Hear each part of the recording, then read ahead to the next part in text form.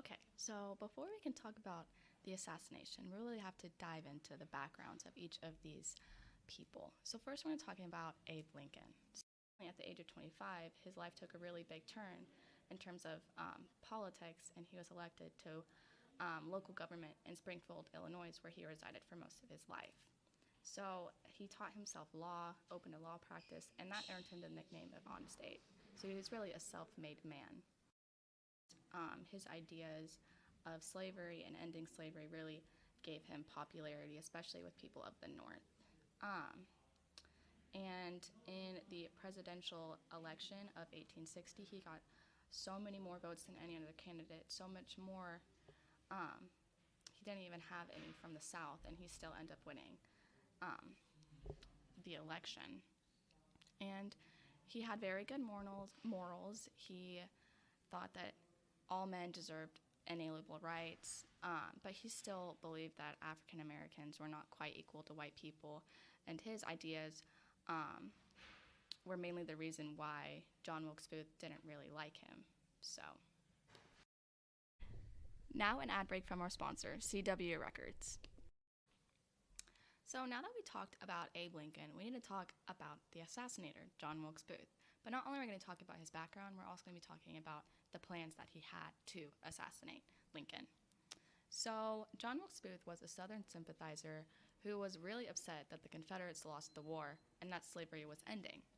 He really thought of Lincoln as a personal enemy, and he always got mad when Lincoln was brought up. He actually had multiple plans prior to the actual assassination, such as wanting to kidnap him and bringing him to a Confederate battleground to kind of sacrifice him to the Confederates.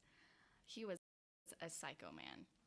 He worked with Confederate agents, and he already knew all the ins and outs of the Ford Theater because he was actually an actor who performed many shows at the Ford Theater.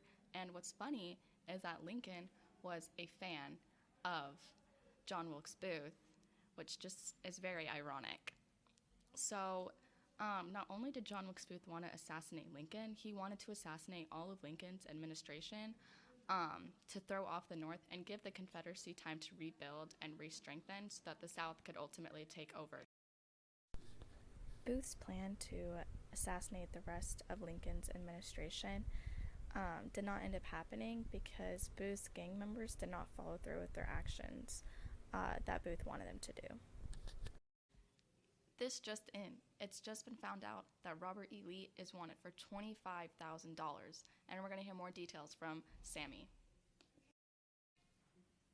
So as you know, Lincoln was assassinated the night of April 14th, 1865 at Ford's Theater. What was supposed to be a relaxing evening became one for the history books. Lincoln and his wife, along with another couple, were actually supposed to see a play, Our American Cousin.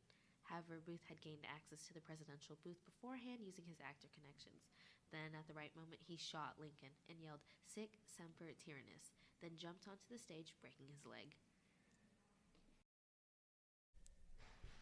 After breaking his leg, Booth hobbled away with a broken leg and somehow escaped on horseback. He was on the run for 12 days and was soon found shot by feds in a barn in Port Royal, Virginia.